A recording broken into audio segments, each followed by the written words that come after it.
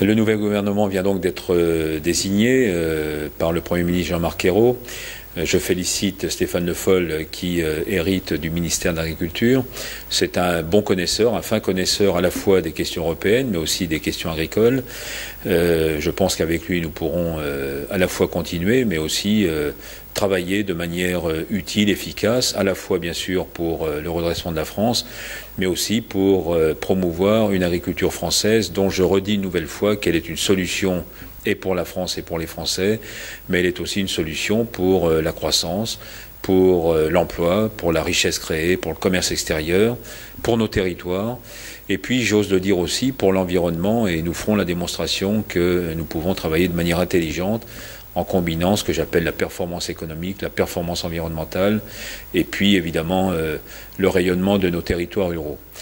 Nous avons évidemment dans les prochaines semaines et dans les prochains mois un certain nombre de rendez-vous importants, bien sûr l'avenir de la PAC, mais aussi des sujets sur lesquels nous attendons le futur ministre. Je pense en particulier évidemment à la compétitivité de notre agriculture. Il y a des sujets très sensibles, le coût du travail, les normes, l'investissement en agriculture, le sort d'un certain nombre de filières qui aujourd'hui connaissent des difficultés, bref, beaucoup de sujets sur lesquels je pense nous aurons à cœur de faire valoir à la fois nos propres intérêts, nos demandes, mais aussi faire des propositions et apporter des solutions. La FNSEA avec les jeunes agriculteurs sont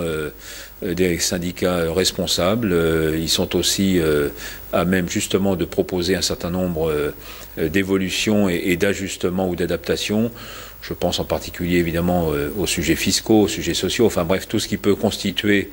la consolidation du revenu des agriculteurs, mais aussi la place, le rôle des agriculteurs dans les filières et évidemment la bonne santé des filières elles-mêmes. Enfin, un mot pour dire que parmi les échéances qui seront devant nous, nous avons nous aussi à préparer nos propres échéances électorales. Ce sera évidemment les chambres d'agriculture en janvier 2013 et ce sera justement pour nous l'occasion, et nous le ferons évidemment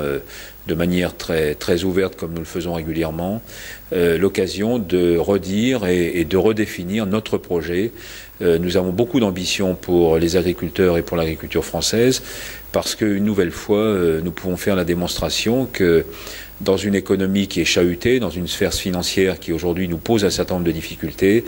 eh bien nos activités sont justement des activités qui peuvent apporter de la stabilité, qui peuvent apporter de la croissance et qui peuvent justement permettre aussi avec nos partenaires de l'agrofourniture et de l'agroalimentaire, avec l'appareil de formation, avec la recherche et l'innovation, bref, avec un certain nombre d'acteurs qui tournent autour, qui rayonnent autour de l'agriculture, faire en sorte que nous soyons justement des promoteurs actifs d'une France qui se porte mieux, en tout cas qui offre des perspectives.